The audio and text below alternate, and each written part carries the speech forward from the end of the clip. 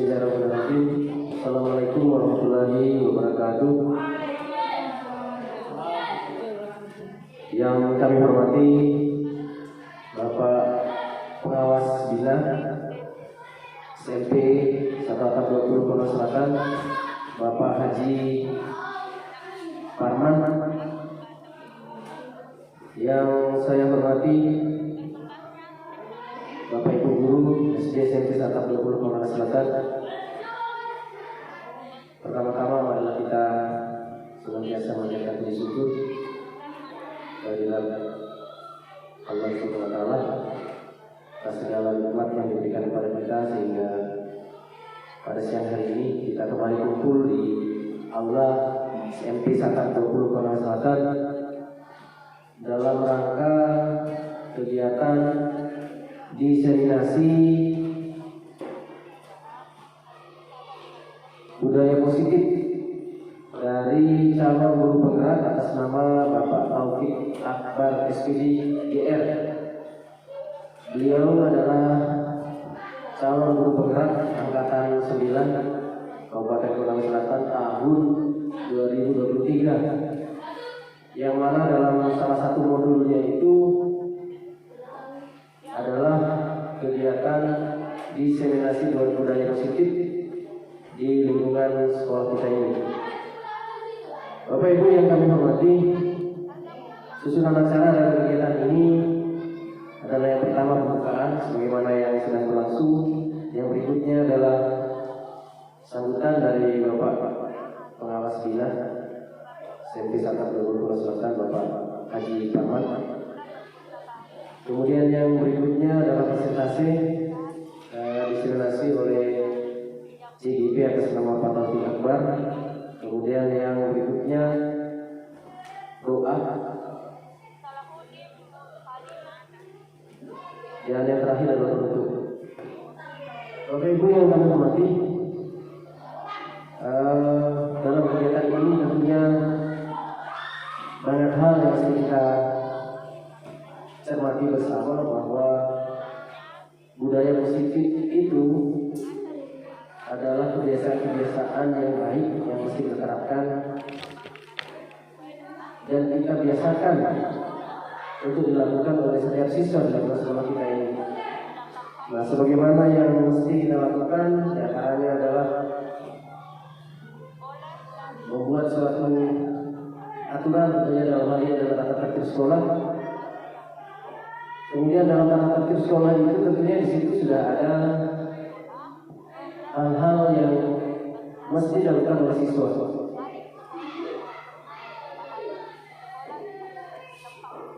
Nah, hal itulah yang kiranya menjadi topik bahasan kita pada siang hari ini terkait dengan kegiatan diseminasi budaya positif yang ada di sekolah kita ini. Untuk menjelaskan nanti Bapak CGP kita, Pak Taufik Akbar, akan menjelaskan secara detail kegiatan ini. Saya kira untuk sambutan dari saya cukup sekian, dan acara selanjutnya adalah sambutan dari Bapak Pengawas Bina, Bapak Haji Parman Sumarman SPD, sekaligus kami mohon kesediaan Bapak untuk memberikan bimbingan dan motivasi kepada kami guru SD SMP 1/20 Pondok Selatan, khususnya kepada Bapak Taufik Akbar selaku calon guru penggerak angkatan ke-9.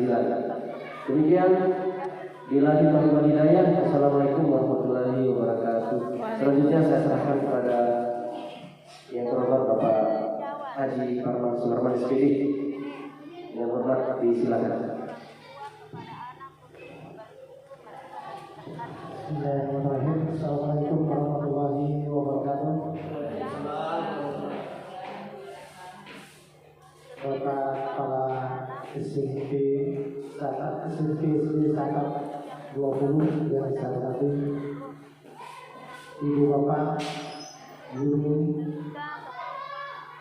Kapal SMP SD Negeri 20 yang sama-sama berbahagia. Alhamdulillah pada siang hari ini kita dipertemukan dalam kegiatan positif, yaitu kegiatan diseminasi aksi baik atau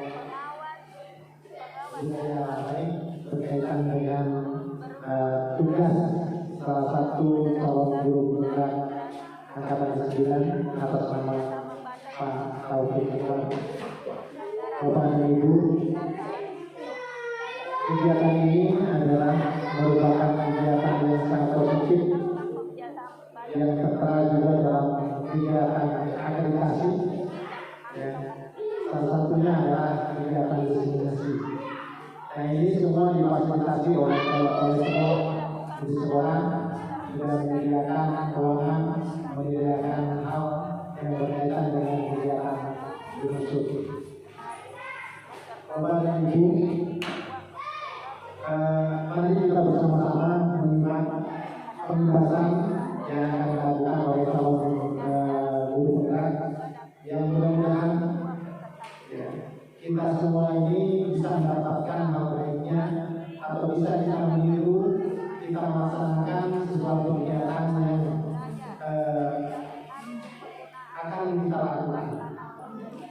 Nah, kegiatan ini adalah merupakan kegiatan yang merupakan tugas dari calon guru penggerak yang nantinya ini bisa memotivasi seluruh guru di sekolah ini.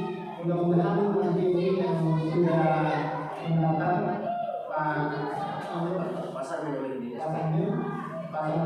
ya mudah-mudahan nanti juga akan melaksanakan kegiatan-kegiatan itu. Jadi seluruh kegiatan yang berkaitan dengan pelatihan atau berkaitan dengan kegiatan-kegiatan yang sifatnya merupakan masukan atau itu harus didiskriminasikan. Jadi kita harusnya apapun misalnya kita ingin melaksanakan kita melaksanakan workshop, ya nanti kita didiskriminasikan supaya teman-teman tahu apa yang dilaksanakan pada saat kita melaksanakan kegiatan itu. Sehingga walaupun teman-teman tidak melaksanakan kegiatan itu, tapi sudah mendapatkan ilmunya. Begitu juga dengan hal ini. Jadi walaupun kita ini tidak melaksanakan, mungkin kita belum lolos sebagai guru yang calon guru penggerak, tetapi kita sudah tahu ilmunya apa yang dilakukan oleh calon guru. Mari kita bersama-sama mendukung apa yang dilakukan, karena ini semua adalah meningkatkan keprofesionalan kita sebagai guru. Nah, ini akan menjadi bekal jawaban kita dalam melaksanakan kegiatan kita sehari-hari, sehingga kita bisa terus-menerus meningkatkan kapasitas kita, meningkatkan potensi kita, sehingga kita akan menjadi yang diharapkan kita menjadi guru yang profesional, guru yang sempurna. Itu sebenarnya. Walaupun saya pada kesempatan ini mungkin tidak bisa mengikuti secara keseluruhan karena kami harus bergeser juga ke tempat sekolah pembinaan berikutnya, ya. Tapi mudah-mudahan kita bersama-sama setidaknya kita mendapatkan ilmu yang baik berkaitan dengan kegiatan yang akan kita laksanakan. Demikian yang bisa saya sampaikan. Mudah-mudahan yang baik. Wassalamualaikum warahmatullahi wabarakatuh. Waalaikumsalam warahmatullahi wabarakatuh. Baik, terima kasih Pak Haji. Mudah-mudahan apa yang mau disampaikan bisa menjadi motivasi buat kami semua, khusus buat saudara kita Bapak Taufik Iqbal selaku CIV angkatan 9. Selanjutnya adalah pemaparan tentang budaya positif yang akan dibawakan oleh Bapak Taufik Iqbal SPDIR. Pada Bapak, disilakan. Bismillahirrahmanirrahim. Assalamualaikum warahmatullahi wabarakatuh. Alhamdulillah, alhamdulillahirabbil alamin. Patut kita bersyukur kepada Allah Subhanahu wa taala karena pada kesempatan siang hari ini kita masih diberikan kesehatan, kekuatan, juga kesempatan untuk sama-sama kita berada di kantor SDSD Wisata Pulau Sulawesi Selatan dalam rangkaian kegiatan diseminasi budaya positif calon guru penggerak angkatan 9 yang insya Allah sebentar akan disampaikan oleh saya sendiri. Sebelumnya saya mengucapkan terima kasih banyak yang setinggi-tingginya kepada Bapak Kepala Sekolah, Bapak Pengawas, dan seluruh rekan-rekan guru baik SD maupun SMP telah membersamai kegiatan diseminasi ini sehingga tugas saya dalam menyampaikan diseminasi ini dapat saya selesaikan dengan baik. Oleh karenanya sekali lagi terima kasih banyak saya ucapkan Bapak Kepala Sekolah, Bapak Pengawas tadi sudah sempat memberikan kita penguatan-penguatan positif yang insya Allah jadi bekal kita ke depan. Bapak Ibu yang saya hormati,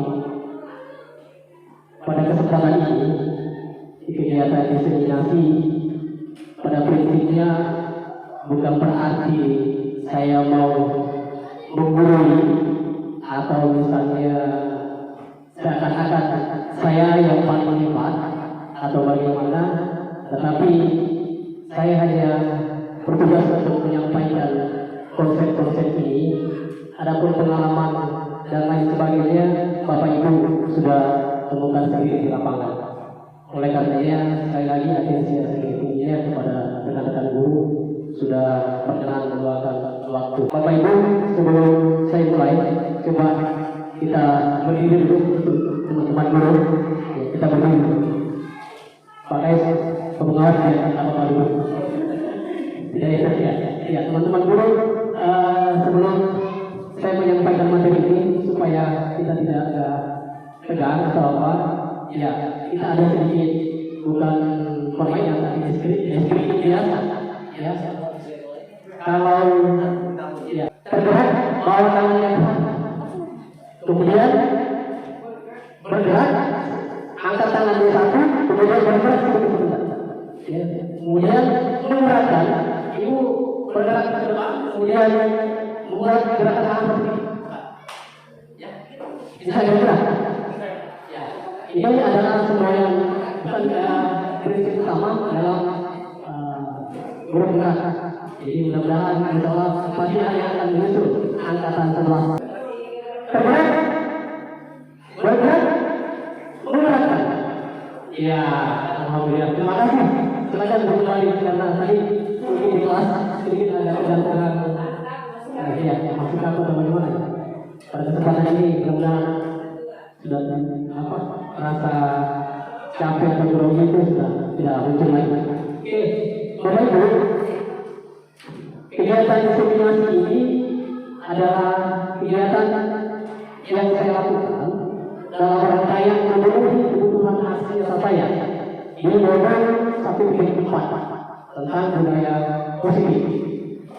Nah, oleh karenanya ini agak sedikit menyita waktu karena pada petunjuk aslinya itu harus dilakukan selama 60 sampai 120 menit. Tetapi nanti kita efisienkan waktu, ya, apakah kita laksanakan 60 menit atau 70 menit.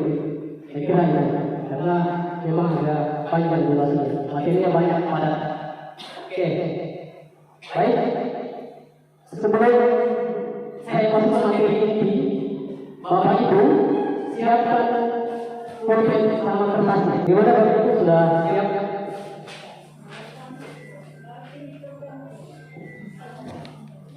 Iya. Jadi kegiatan Bapak Ibu, silakan Bapak Ibu berpasangan. Ya, silakan Bapak Ibu berpasangan. Misalnya Ibu Rufian sama Ibu Nurpai, kemudian Ibu Asliani sama Pak Yusmi, Ibu Eni sama Ibu Siti Kasri.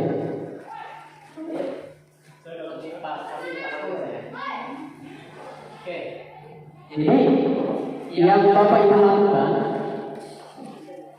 Ya.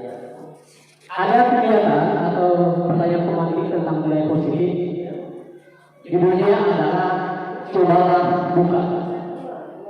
Instruksinya di sana disampaikan Anda dan teman Anda akan melakukan kegiatan coba buka.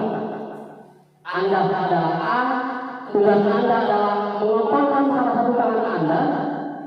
Kemudian coba Anda bayangkan bahwa Anda menyimpan sesuatu yang sangat berharga di dalam kepalan tangan Anda. Ya, selanjutnya Anda perlu menjaga benda tersebut sekuat tenaga. Sekuat tenaga karena begitu pentingnya untuk kehidupan Anda. Tugas B adalah mencoba dengan segala cara membuka kepalan tangan Anda dengan cara ngomong hati, menyuap, merayu, dan lain sebagainya. Apapun cara yang dilakukan. Ya, jadi silakan Bapak Ibu, kertas yang saya siapkan tadi, Ibu Bapak tuliskan sesuatu yang paling berharga dalam diri Anda, dan kemudian Bapak Ibu mencoba mempertahankan itu. Ya, jadi silakan ditulis. Nanti sebentar pergantian. Ya, silakan. Biar nanti sebentar Bapak Ibu boleh balik sama Bu Eni. Ya, oke, sudah. Ya, silakan Bapak Ibu berpasangan. Ya. Jadi silakan misalnya Ibu Guru Siti Natria, kemudian Bu Eni. Siapa? Terserah siapa? Apakah Bu Eni A atau Ibu Siti Natria sendiri? Silakan dengan caranya masing-masing untuk membuka kepala temannya, untuk mengambil sesuatu yang ada di dalam tangan temannya dengan berbagai cara. Ya, jadi silakan 1, 2, 3. Ya, sudah cukup waktunya 30 detik saja. Silakan dari sini Ibu Siti Natria bersama Ibu Emi untuk menyampaikan tentang hasil kepalan tangan dari itu. Apakah bersedia untuk membuka atau tidak bersedia untuk membuka? Apa alasannya?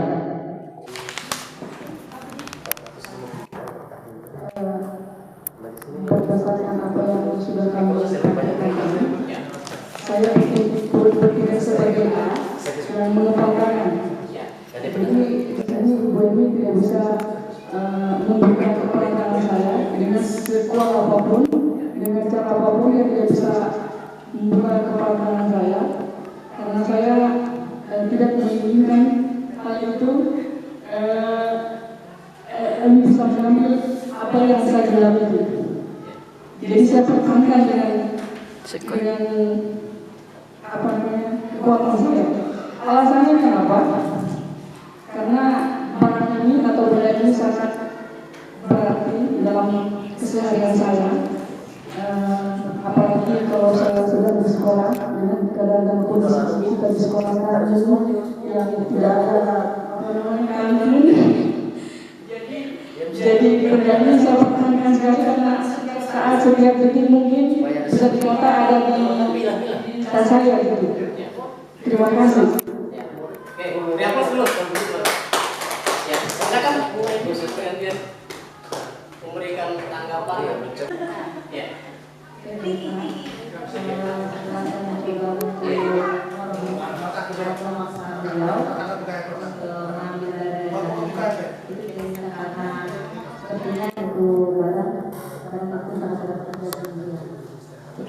Oke, kasih. Diapos dulu.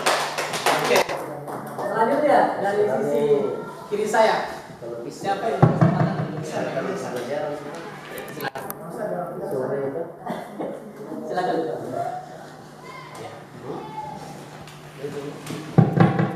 Terima kasih.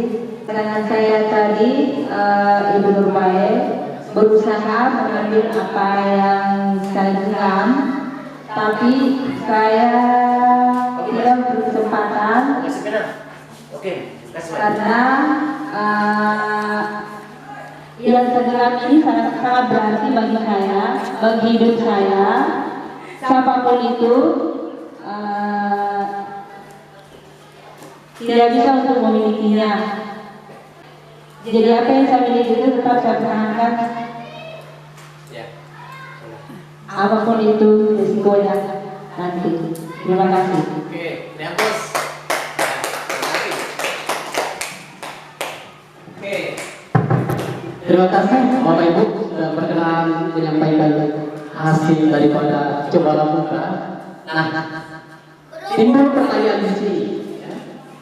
Timbul pertanyaan dari kegiatan coba muka tadi, baik antara si A dan si B atau antara si B dan si A, siapa sebenarnya yang memegang posisi kontrol yang paling kuat? Siapa sebenarnya yang memegang posisi kontrol untuk membuka atau menutup? Ada yang bisa menjawab? Saya Pak. Ya, Saya. silakan. Terima kasih atas kesempatan. Kalau menurut saya lihat dari kedua kelompok tadi yang bicara, yang mengundang kontrol itu adalah kelompok A. Kenapa? Sesuai apa yang dia pertahankan, barang yang tidak bisa membuka di kelompok B, kelompok A, itu tidak bisa karena apa? Segala apapun dia tetap berkata karena seakan-akan yang dia pertahankan itu adalah sangat-sangat berharga buat dirinya, sehingga saya menimbulkan untuk kesimpulan saya pribadi bahwa yang sangat mengalihkan kontrol itu adalah A. Terima kasih. Ya plus sama Pak Jiki, luar biasa. Ya. Oke, terima kasih. Jadi yang memiliki peran kontrol di sini adalah si A tadi. Jadi kontrol itu datangnya dari kita sendiri. Kekuatan itu datangnya dari kita sendiri. Walaupun orang lain mencoba untuk menyogok, walaupun orang lain mencoba untuk merayu, ya kan? Walaupun orang lain mencoba untuk menakut-nakuti atau menghari, tetap motivasi itu atau kontrol itu ada pada diri kita masing-masing. Oke, terima kasih. Tergantung pada kebutuhan apa yang dibutuhkan pada saat itu. Oke, Bapak Ibu, terima kasih sudah berkenan untuk mencobalah buka. Oke, coba kita perhatikan di slide ini. Tapi sebelum kita ke slide ini, coba Bapak Ibu ketika saya berucap semua, ya, Bapak Ibu mengatakan rumah kita. Ya, bisa kira-kira? Ya, sekolah. Ya, asal kompak. Sekolah. Ya, sekolah rumah kita. Jadi di slide itu Bapak Ibu coba diperhatikan bahwa tujuan pendidikan. Di sana ada gambar Bapak pendidikan kita, kayak dewasa. Menurut beliau bahwa tujuan pendidikan adalah menuntut semangat kodrat yang ada pada anak-anak agar mereka dapat mencapai keselamatan dan kebahagiaan yang setinggi-tingginya, baik sebagai manusia maupun sebagai anggota masyarakat. Jadi prinsipnya bahwa guru berkewajiban untuk menuntut, yaitu berkewajiban untuk menuntut tumbuh kembang anak. Bukan dikata menuntut, oh maunya kita harusnya bisa matematika, tapi ternyata anak itu tidak berbakat matematika, maka dia saya bakat yang lain atau yang lain. Nah, dia saya maksudkan. Tidak boleh kita memaksakan, karena pada prinsipnya itu beliau bagian yang antara Bapak Pendidikan kita sudah menyampaikan bahwa tugas kita adalah menuntut, bukan menuntut mereka untuk bisa berbuat yang terbaik. Yang penting kewajiban kita laksanakan secara maksimal. Oke. Lanjut Bapak Ibu. Nah, apa arti kata budaya? Sesuai dengan judul tadi, budaya positif. Jadi budaya itu adalah kegiatan atau pola cara hidup untuk terus berkembang dari sekelompok orang dan diturunkan pada generasi berikutnya. Jadi budaya itu adalah segala sesuatu kebiasaan yang dilakukan secara berulang-ulang dan kemudian itu menjadi sebuah kebiasaan yang terus terus. Bisa tidak saya kasih contoh. Di sekolah ini kita punya budaya positif. Misalnya 5S. 5S itu senyum, salam, sapa, sopan dan santun. Nah, jika ini berkembang di dalam sekolah kita secara terus-menerus, maka akan terkoneksi dengan anak-anak kita berikutnya ataupun guru-guru pada saat itu mengajar di sekolah. Itu adalah budaya, tapi sifatnya positif. Sifatnya positif. Nah, jika dikaitkan dengan dua kata ini, budaya positif, maka budaya positif di sekolah yaitu nilai dalam kegiatan sekolah yang berpihak pada murid, yang pada prinsipnya akan berlandaskan dengan hobi pelajar Pancasila. Itu yang diharapkan dari budaya positif di sekolah itu. Yang diharapkan itu adalah tumbuh kembang anak berdasarkan hobi pelajar Pancasila. Jadi oleh karenanya di sekolah kita ini banyak budaya-budaya positif yang perlu kita kawalkan dan sudah ada yang sementara berlangsung. Ya, misalnya budaya positif itu datang guru datang di awal atau guru di pulang di akhir misalnya. Maka budaya positif itu harus kita tumbuh kembangkan mulai dari sekarang dan di masa-masa yang akan datang. Tapi setelah kita melihat di lingkungan sekolah kita, ya alhamdulillah budaya positif itu sudah berkembang begitu baik. Oke. Selanjutnya Bapak Ibu, nah ini dia konsep apa budaya positif. Ini ada banyak 1 sampai 8. Kalau ini kita ulas lebih jauh, maka pasti memakan waktu yang cukup lama. Ini dari perubahan paradigma belajar, kemudian disiplin positif, nilai-nilai kewajiban yang besar, kemudian kebutuhan dasar manusia, motivasi dalam manusia, posisi kontrol tubuh, keyakinan kelas, dan segitiga restitusi. Ini kalau kita mau maksimal, ya 3 jam sudah selesai. Tapi kita efektifkan waktunya. Oke, Bapak Ibu.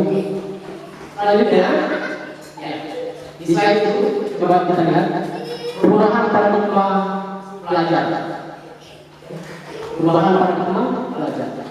Nah, di sana disampaikan bahwa dalam membangun budaya positif, sekolah dapat menyediakan lingkungan yang positif, aman dan nyaman agar siswa mampu berpikir, bertindak dan mencipta dengan merdeka, mandiri dan bertanggung jawab. Nah, itu ya, Bapak Ibu, bahwa budaya positif itu harus kita tumbuhkan di dalam lingkungan sekolah kita. Ya. Karena sekolah ini adalah rumah kita bersama. Rumah kita bersama. Oleh karenanya, yang ingin merawat atau menjaga sekolah ini adalah semua komponen sekolah, mulai dari guru, orang tua, kemudian anak-anak yang berada di sekolah dimaksud. Nah, oleh karenanya Bapak Ibu, perubahan paradigma belajar ini, jadi yang patut kita lakukan adalah anak-anak masuk ke sekolah itu tujuannya adalah untuk belajar. Kemudian mereka merasa bahwa di sekolah itu selain belajar, sekolah itu adalah tempat yang paling aman di antara tempat-tempat yang lain. Jadi selain di luar, sekolah itu adalah tempat yang paling aman bagi anak-anak kita. Oleh karenanya, yang akan menciptakan ini semua adalah kita semua, yang merupakan teladan dari murid-murid kita. Oke, selanjutnya Bapak Ibu, di samping sangat berkaitan dengan kontrol guru terhadap siswa. Jadi disiplin itu sangat berkaitan dengan kontrol guru terhadap siswa. Oke, masih semangat Bapak Ibu? Masih? Semangat. Oke, lanjutnya di situ ada misconception dengan teori kontrol. Jadi perubahan paradigma teori kontrol, ilusi kontrol dari Dr. William Gallagher. Yang pertama itu adalah ilusi guru mengontrol murid. Jadi ilusi itu apa itu? Ya, apa yang dimaksud dari ilusi? Coba Pak Guru.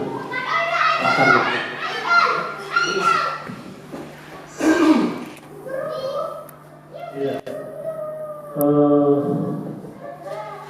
ya. Jadi setahu saya delusi itu sama dengan ya, halusinasi, keinginan yang muncul dalam pikiran kita, kita belum bisa terapkan.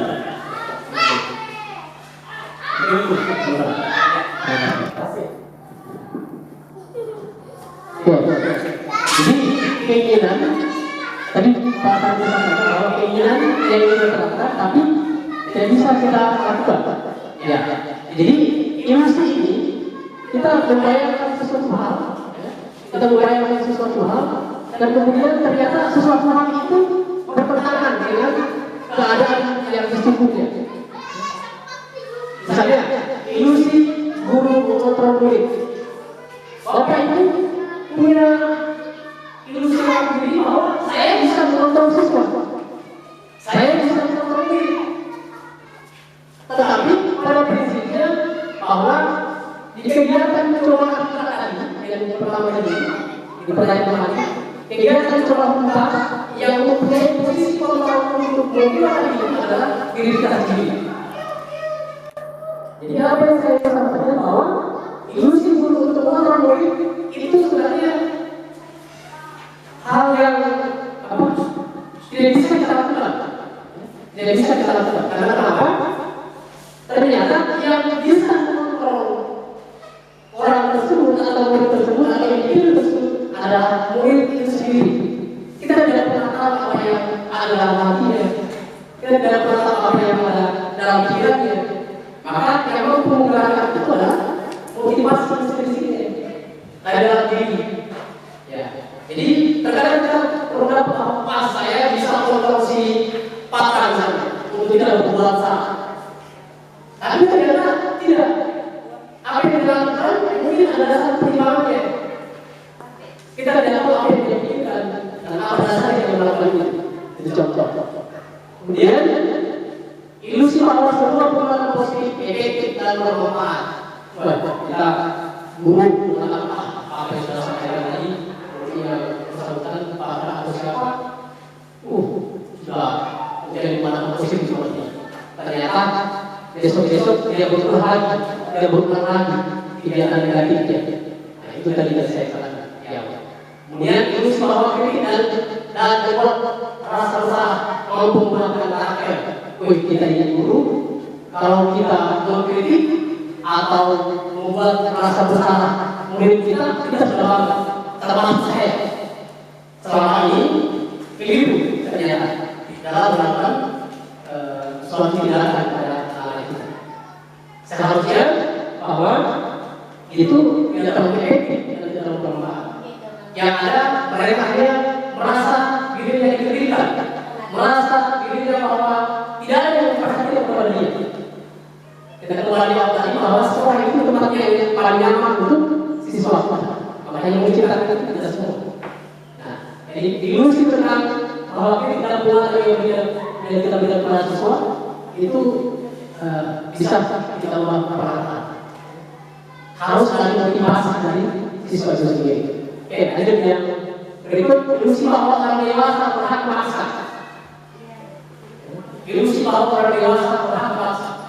Pada kita sebagai guru merasa percaya diri bahwa saya bisa memaksakan si Alan untuk bertindak sesuai keinginan saya atau saya tidak guru. Tidak bisa seperti itu ternyata. Bahwa kita sebagai guru tidak bisa kita paksakan. Alan besok lulus semua. Hari ini saya tidak, hari ini saya proses, besok apa satu semua. Tidak bisa ternyata.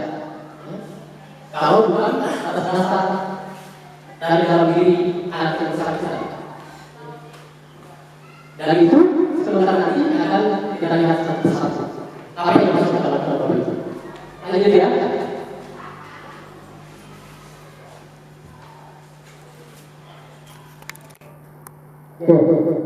Ini perubahan paradigma stimulus respon pendekatan teori kontrol.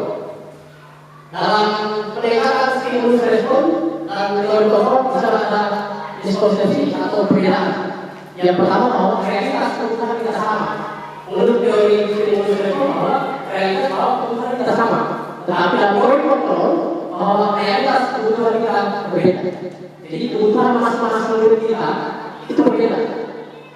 Kalau misalnya patah ketika proses pelajaran dia menginginkan bahwa kita harus melanjutkan video-video pelajaran, maka kita harus pahami ternyata cara pelajaran yang dia inginkan adalah ya mungkin lewat tadi itu video ya, visual yang kita inginkan. Oh ternyata si siapa lagi? Orang cara belajarnya karena sebenarnya kita ingin sekolah masuk, ya memang harus berkaki ya cara belajarnya. Ternyata pegangan ini kita adalah gaya belajar yang kinestetik. Ada juga yang cuma bisa melihat gambar, ya, kemudian dia sudah bisa belajar ini. Itu harus kita tekankan. Tergantung dengan akses yang ada. Oke. Kemudian kita mencoba berpengalaman sama yang kita. Kemudian kita berusaha memahami orang lain tentang dia. Jadi semua orang pasti punya sudut pandang yang berbeda, tidak bisa kita samakan. Jadi sudut pandang si A dan si B itu pasti berbeda. Oleh karena kita sebagai guru harus memahami karakteristik siswa kita. Jadi tidak bisa kita samakan dalam hal perbedaan daerah. Oke, kemudian di situ ada pihak guru dilihat sebagai suatu kesalahan. Kemudian menurut kami kontrol semua pihak memiliki tujuan. Ya, misalnya begini. Jadi semua pihak guru dilihat sebagai suatu kesalahan. Hari ini misalnya alam melakukan suatu kesalahan. Ternyata besok lagi diungkap. Jadi kita guru hanya mampu melihat kesalahan saja. Kamu yang kemarin baru saya proses kemarin baru saya lakukan. Ternyata kamu baru pulang lagi. Ternyata itu keliru. Cara pendekatan ini seharusnya apa yang kita lakukan yaitu semua pihak memiliki tujuan. Si alam tadi mungkin setelah melakukan suatu kesalahan ada mungkin tujuan-tujuan tertentu yang ingin dia capai. Oleh karenanya dia memiliki tujuan itu secara personal. Di buku kontrol ini sudah banyak orang yang tapi tidak pernah berubah. Karena apa? Itu tadi. Karena ternyata kita mengenal pemahaman siswa kita menurut kita bahwa ketika dia berbuat salah maka itu adalah hal yang paling negatif. Ternyata adalah hal positif yang kita patut untuk ketahui siswa kita. Makanya di hasil survei yang ditulis Ibu Rasya kalau tidak salah, kemudian Ibu Hastian bahwa foto kita itu harus mengurangi kekerasan, tidak boleh melakukan hukuman. Iya, memang betul. Selama ini saya kira dalam melakukan tindakan-tindakan disiplin setelah belajar pada kegiatan program perubahan ini luar biasa. Ini mudah-mudahan besok-besok kenyataan 11, 12 dan seterusnya Bapak Ibu bisa bersama-sama saya untuk kita bisa belajar bersama pada kegiatan program perubahan. Oke, lanjut Bapak Ibu, lanjut ya.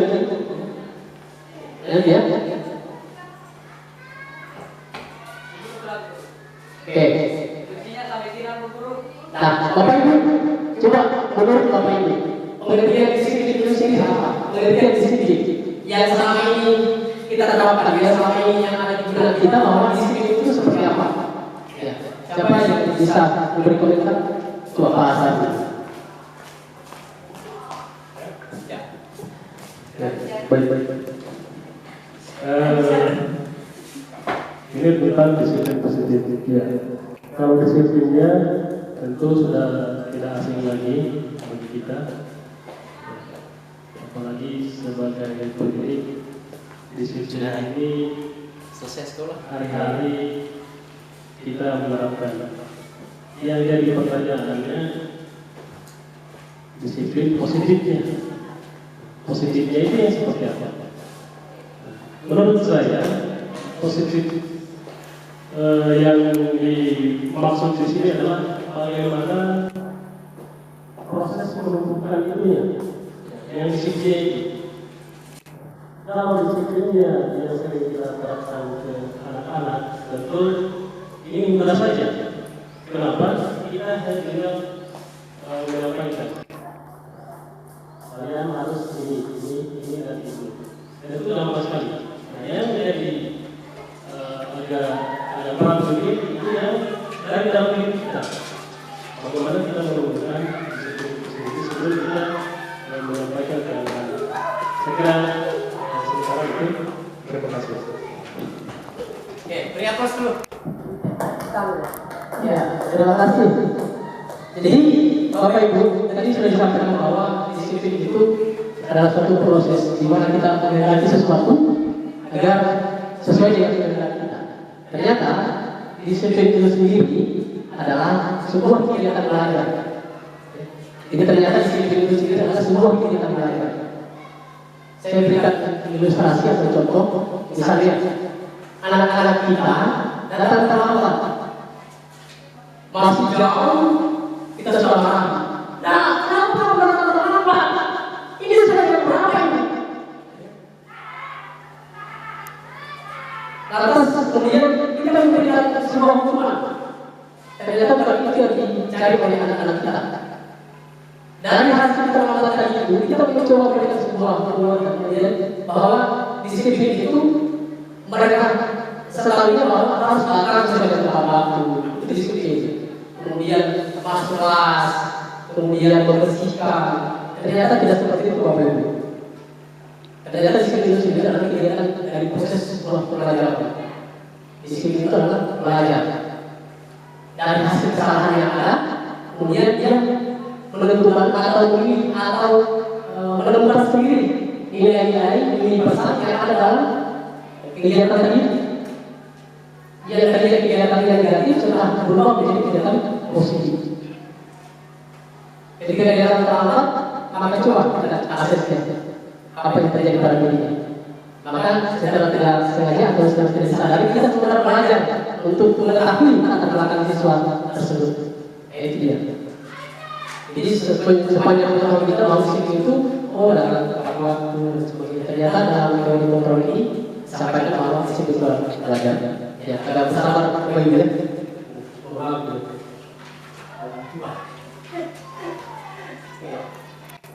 Ya, lanjut. Jadi nilai-nilai kebaikan yang bersama.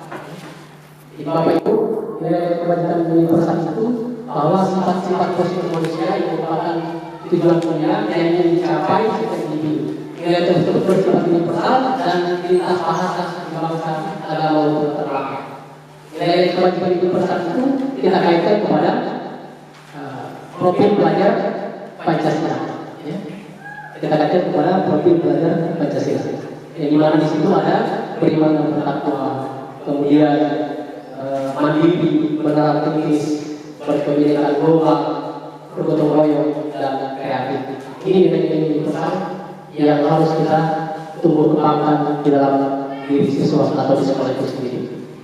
Selanjutnya Bapak Ibu, di situ ada kebutuhan dasar manusia. Kebutuhan dasar manusia itu adalah realitas bahwa setiap orang berbeda. Nanti kita lihat satu-satu. Oke, coba perhatikan Bapak Ibu, 5 kebutuhan dasar manusia. Yang pertama bertahan hidup, kemudian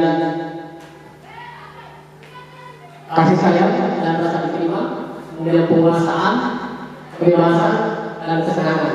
Nah, dari kebutuhan dasar manusia ini kita harus pandai melihat atau pandai melihat tentang kebutuhan dasar yang sesungguhnya ini dipenuhi oleh siswa kita. Jadi kebutuhan dasar yang dipenuhi oleh siswa kita. Jadi kalau kebutuhan dasar yang ini terpenuhi, berarti ya bisa kita katakan bahwa budaya positif di lingkungan sekolah itu pasti terbentuk dengan sendirinya. Ini tentang budaya positif. Kemudian ada namanya motivasi perilaku manusia. Motivasi perilaku manusia itu yang di awal tadi pada saat kegiatan sekolah buka ada 2, yaitu motivasi intrinsik dan motivasi intrinsik. Bisa dijelaskan bahwa motivasi intrinsik itu adalah berawal dari diri siswa itu sendiri atau dari diri kita sendiri. Motivasi yang datang ada dari diri kita sendiri, bukan dari orang lain. Kemudian motivasi intrinsik yang pertama untuk menghindari ketidaknyamanan atau hukuman. Kemudian yang kedua untuk mengatakan melarang atau perhatian dari orang lain. Itu motivasi ekstrinsi atau motivasi yang berasal dari luar. Misalnya saya berikan contoh, saya sebagai guru, kemudian murid saya, misalnya si Pak tadi datang terlambat, ya, kemudian besok ternyata dia datang tidak terlambat, sudah mulai berubah, ternyata perubahannya besok lagi dia masih terlambat. Kenapa? Karena motivasinya ternyata bukan dari dalam dirinya, katanya dari Pak Guru, ya, dari gurunya, sehingga dilakukan secara berulang. Nah, supaya kalian tidak dihukum oleh gurunya, maka besok sudah cepat datang ke sekolah karena sudah jam berapa. Nanti saya dihukum sama kita sama saya atau sama guru. Itu karena termotivasi dari orang lain. Seharusnya dia harus seperti itu. Seharusnya dia harus tumbuh dari dalam dirinya, menyadari ada nilai-nilai besar yang ada di situ. Misalnya kalau kita tidak akan terlambat, tapi sekarang ada nilai besar yang disebut dengan disiplin. Itu yang tidak sadari. Kemudian yang kedua untuk mendapatkan imbalan atau perhatian dari orang lain. Satu contoh, di kelas ada siswa yang pintar, ada siswa yang kurang dalam hal memahami materi. Ketika dia menjawab, ketika kita kasih pertanyaan, dia menjawab cepat. Ternyata ketika dia menjawab cepat, gurunya juga cepat memberi pelan-pelan. Pelan-pelan. Iya, karena sudah menjawab pertanyaan guru atau Pak Guru. Ternyata itu keliru. Ya. Dia berbuat hanya untuk mendapatkan imbalan. Besok-besok Bapak Ibu Imam atau beras kebutuhannya, dia akan bilang, ih guru, apa yang disini bulan-bulan. Saya sudah bilang pertanyaan itu tidak saya bulan-bulan. Nah, itu karena apa? Motivasinya dari kita, bukan dari dirinya. Coba pada saat itu, ketika saya tidak menjawab benar atau bagaimana, maka kita menyampaikan apresiasi yang luar biasa.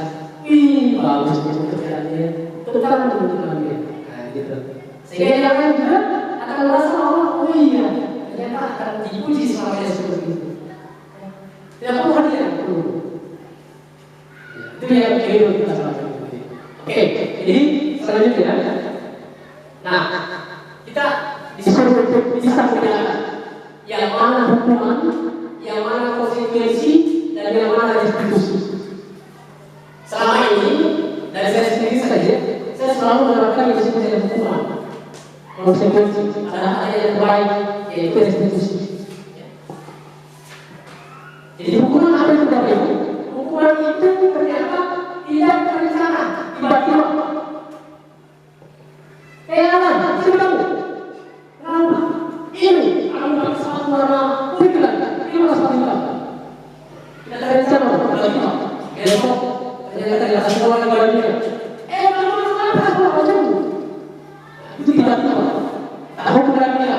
Kemari sepanjang lapangan ini atau kiri lapangan. Itu keliru tadi. Kemudian murid tidak tahu apa yang akan terjadi, tidak dimakan. Jadi dia tidak tahu pada saat dia berbuat salah, dia tidak tahu apa yang dia dapat atau begini. Pasti dimarahi dan sebagainya. Karena yang membuat hukuman itu dari kita sendiri yang menciptakan anak tidak pernah dimakan. Kemudian yang ketiga, bersifat marah. Yang menghukum itu atau yang membuat aturan itu dari gurunya saja. Siswanya tidak pernah tahu ini aturan dari mana. Tiba-tiba saya dihukum, tiba-tiba saya dikasih dicubit atau dimarahi dan sebagainya. Sepanjang satu arah. Kemudian ternyata berupa hukuman itu ada namanya hukuman disiplin. Hukuman disiplin itu adalah memberikan suatu reaksi, memberikan suatu saran atau pembelaan. Tiba-tiba kita salah hukum dia. Saya ambil hukum bahwa saya kepel di kepalanya atau saya cubit. Ternyata itu keliru semua. Yang saya lakukan itu seperti itu. Begitu juga mungkin teman-teman. Tadi kali saya lihat tidak itu teman-teman. Ternyata setelah belajar di sini, memang itu keliru. Kemudian ada orang hukuman psikis. Psikis itu dia punya kejiwaannya, pikirannya, hatinya yang kita sakiti. Kamu setan dan sebagainya. Itu hukuman psikis itu. Kamu bosan. Itu lagi apa? Ini bisa tidak menemukan karena kita akan berubah. Tidak akan berubah. Yang ada kita hanya kredit atau tidak. Kita tak boleh kredit terus secara anak itu tidak akan berubah, secara anak itu tidak ada potensinya. Kita selalu menjaga. Kalau tidak berjalan hebat, teroris itu boleh. Itu yang seperti ini yang keliru ternyata. Hukuman ini yang perlu kita hindari. Oke, berikut ada yang kedua, konsekuensi. Konsekuensi itu ini adalah efek kepada hukuman. Konsekuensi itu berencana disepakati, kemudian murid tetap dibuat tidak nyaman, kemudian guru selalu memonitor murid. Ini adalah efek dari hukuman, tapi bukan solusinya.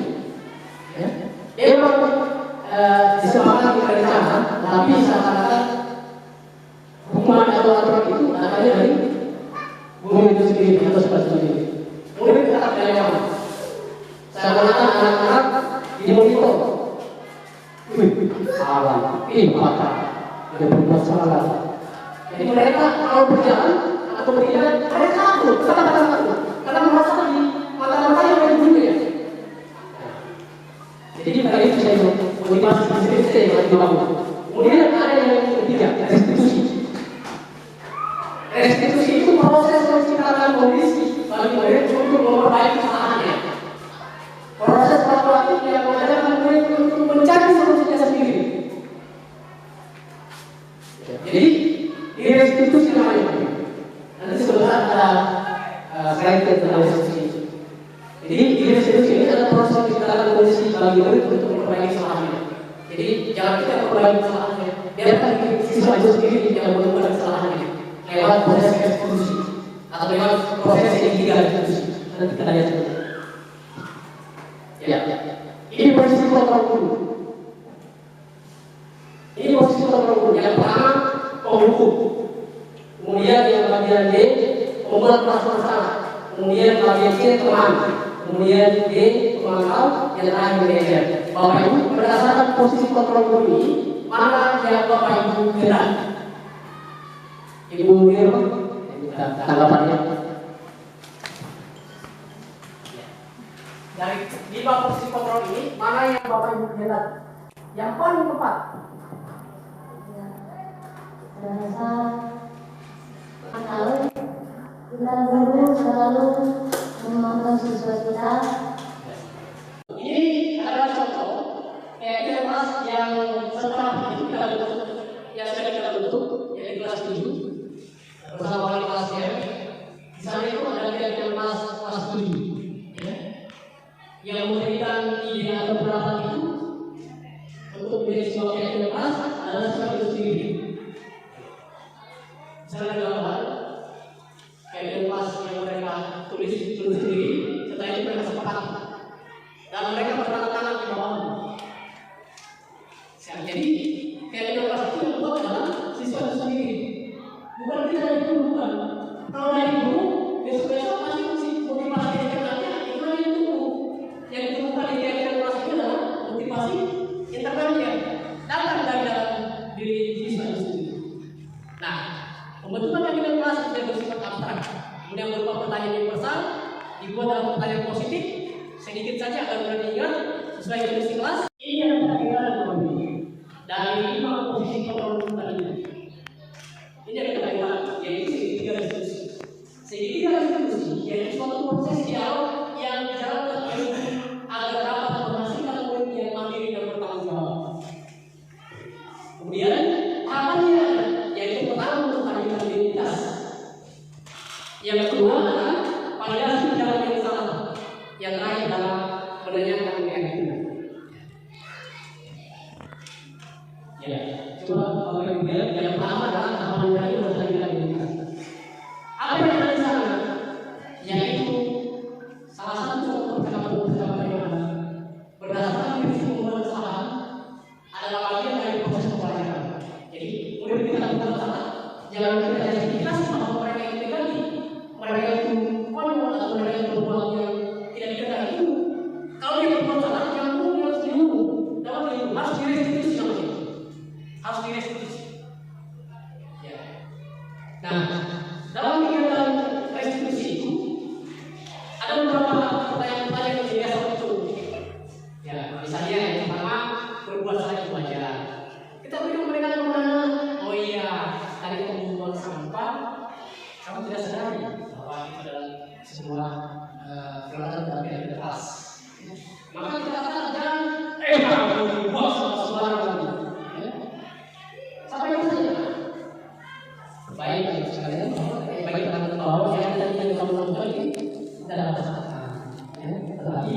kamu harus melakukannya dalam batas kewajaran. Setiap orang berlaku salah itu ada. Maka yang kita lakukan adalah memperbaiki kita tadi kami. Kemudian kita manusia sempurna itu kalimat pada kebenaran pengetahuan kita. Kemudian Bapak itu pernah melakukan itu. Ya. Kemudian Bapak tidak mau mencari siapa yang salah, Bapak ingin mencari solusi dari permasalahan itu. Kamu juga berhak merasakan itu. Itu kan mereka dalam kita melestarikan identitas. Bukan kita mencari, bukan kita menjas anak itu salah.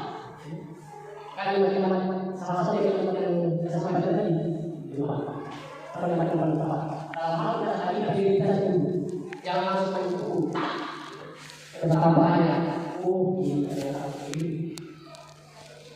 Kita tidak pernah modus yang ada hanya kita. Kemudian yang kedua adalah kualitas yang tidak salah. Contoh sebuah perkara kamu pasti punya asal sebuah perkara ini. Kamu cuma percakapan. Oh iya kamu. Jadi saya tidak sengaja. Saya tidak punya ketemu sampah di bawah kelas. Kita ada diskusi. Kita harus diskusi. Kemudian padahal kamu bisa melakukan yang lebih buruk dari ini. Misalnya ahli kasus ya. Kemudian kamu harus bangga karena kamu melindungi sesuatu yang penting buat kamu. Itu contoh kalimat-kalimat yang biasa dilakukan dalam kegiatan koordinasi negara kesehatan. Jadi ketika anak berbuat salah, jangan kita coba dengan kalimat yang negatif, harus positif. Kemudian yang terakhir adalah menanyakan keyakinan. Nah, dari keyakinan yang kita kenal, kita kayak mengulangi. Nah, kamu ini tidak mengulangi keyakinan yang kita buat bahwa harus membuang sampah pada tempatnya. Dia akan berpikir, oh ini bagus, ini bagus, ini harus kita buat. Harus membuang sampah pada tempatnya. Itu contoh. Dia berdialog dengan diri sendiri. Jangan kita takut atau jangan kita menjadikan atau menerbitkan dia punya tubuh kembang. Dia kedua dia apa saja telah disepakati bersama. Kita sampaikan di dalam kelas tadi atau di kelas yang kita bawa, ini apa yang telah kita sepakati dalam tahap membuang sampah pada tempatnya. Oh iya betul, nilai kebersihan atau nilai kesehatan. Dia akan berpikir adalah sendiri. Kemudian seperti apa yang kelas yang dia menurut kamu? Kamu ingin menjadi orang yang paling seperti apa? Itu juga contoh percakapan. Oke, Bapak Ibu, ada pertanyaan? Oke, ini adalah dokumentasi penerapan tiga institusi yang pernah Bapak Ibu lihat ketika saya menangani anak-anak. Biasa ya kalau saya menangani anak-anak, saya kira belum langsung di pintu, anak-anak sudah ketakutan. Oh, apa lagi saya ini? Oh, dihukum lagi. Ya, ternyata itu lebih besar. Ini yang perlu kita paham.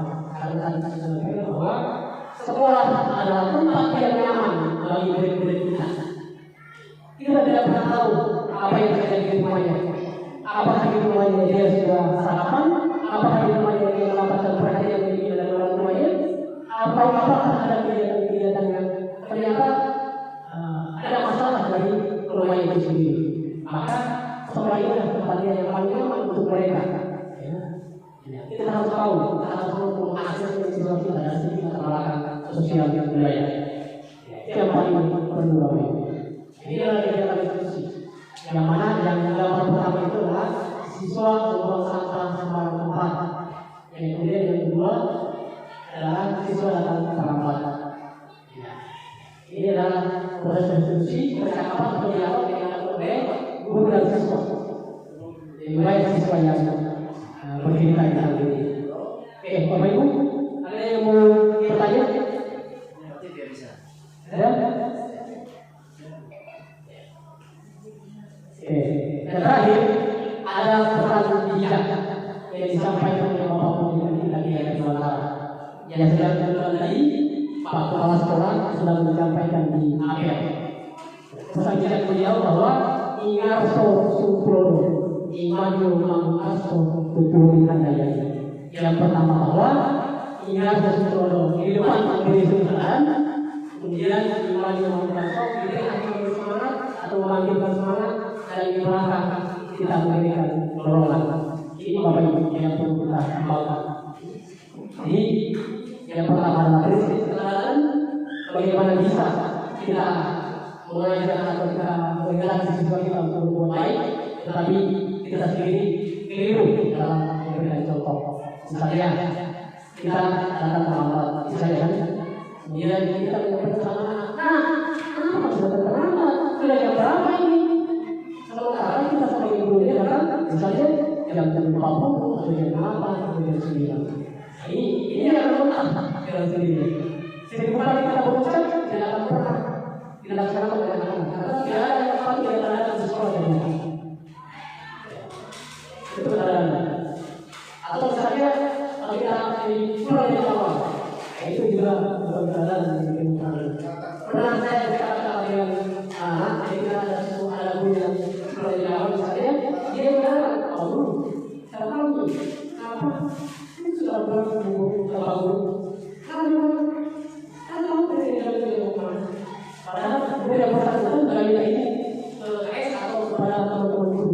Kadang-kadang kan bertanya artinya, oh ternyata ya, cara belajarnya melihat apa yang terjadi, melihat apa yang terjadi. Ya, oke. Kemudian, ya, mungkin cukup saja Bapak Ibu dari pemaparan saya. Ada yang sudah berapa? Ya. Nanti pengumuman akan disampaikan oleh Bapak Kepala Sekolah. Terima kasih banyak sudah kumpul sampai kegiatan ini. Mudah-mudahan apa yang saya sampaikan ini merupakan pembelajaran pertama buat kita semua. Baik, saya ini ucapan tidak bisa dinafas dan akhirat. Assalamualaikum warahmatullahi wabarakatuh. Saya kembali bersama Pak Ais.